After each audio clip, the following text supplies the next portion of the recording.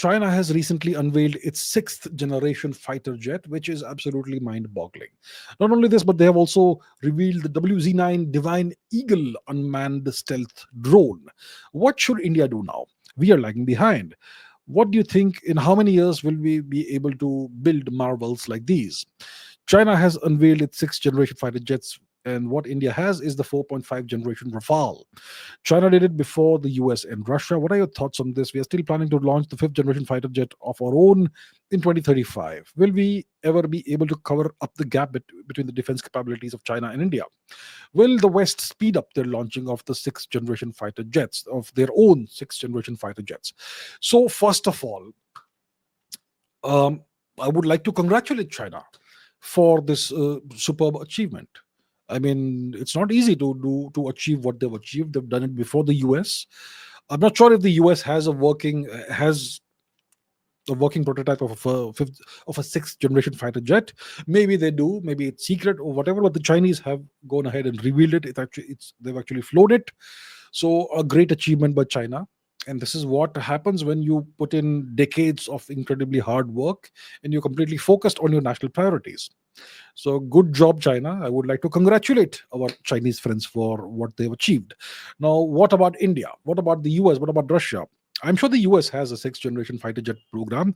The Russians also have it. Uh, and sixth generation fighter jets, they have kind of more better capabilities than fifth generation fighter planes. So more stealth features, more near space features. They can communicate with networks not just on the earth but also with satellites and so much more futuristic weapons and all that. They will have robotic wingman aircraft. They'll have drones that go with them and so much more. So that's a sixth generation fighter plane. The Chinese have done that. The Americans will definitely be pursuing this, whether we know it or not, whether it's revealed or not. And the same can be said about Russia. Now, when it comes to India, we are working on the fifth generation AMCA, Advanced Medium Combat Aircraft project, like it's mentioned over here. Uh, the first, the it is scheduled to come into operation sometime in the mid 2030s, and we are right now in the mid 2020s, so a decade to go for that. And only then will we have a fifth generation fighter plane. The Chinese have two different fifth generation fighter planes. The Americans have the F-35, uh, and the Turks are working on a fifth generation fighter plane, and there are various other nations that are doing this. The Russians have the Sukhoi 57, which is a project that India was involved in, but for various reasons, India pulled out of it. Uh, so India will catch up with the fifth generation technology sometime in the mid 2030s, if things go well.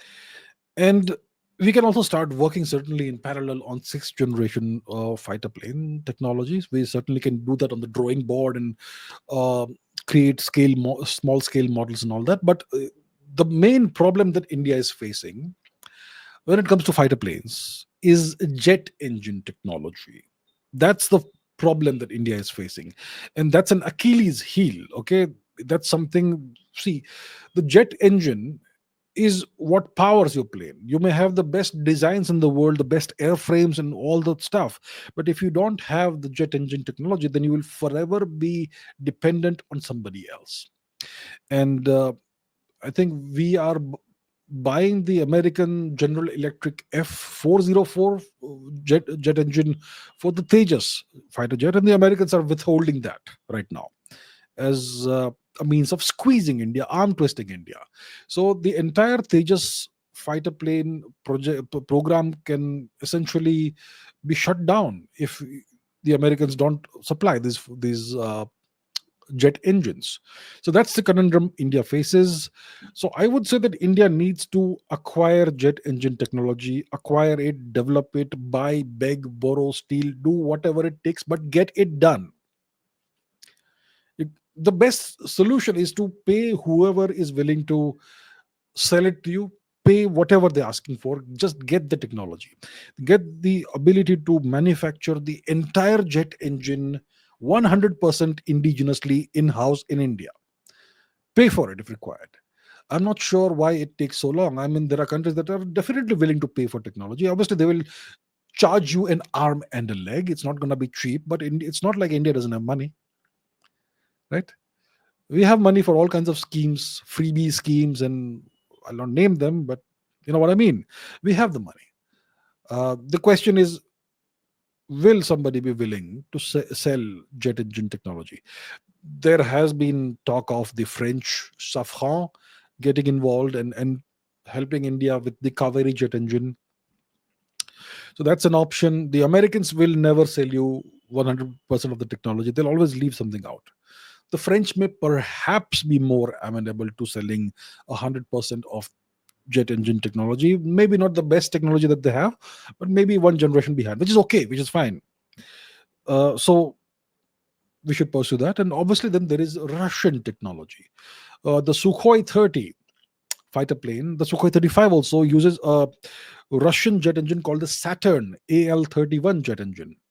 And it's a pretty good engine. Uh, and even the Chinese planes like the J-10, the J-20, they also use the Saturn AL-31 engine. So maybe we can talk to Russia. How much do you want us to pay for a full transfer of technology? And it's not like we are Russia's adversary of any kind. So we are a friendly nation. Oh, I am sure the Russians will be willing to sell it for a certain price, or maybe the price is geopolitical. We don't quite know, but we have to find a way of doing this. Uh, and obviously, even if we buy the full technology, a full transfer of technology from one of these nations, we should still continue developing the Kaveri jet engine completely indigenously. Obviously, we can use learnings from other programs, but we need to do that. And the Kaveri engine, no matter how long it takes, we need to make it work. So the Chinese W whatever jet engine that they use right now, it has taken decades, at least 30, 35 years. They've been trying to develop it. There have been lots of setbacks, but they persevered. When it comes to the Kaveri jet engine, we have stopped it and started it multiple times. There have been times when the project was abandoned and then it was restarted after a few years. That's sort of nonsense. Jet engine technology takes time to develop. It takes a lot of iterative improvements, lots of cumulative lessons learned from various kinds of fields. And what we need to do is to invest in a material science program in India.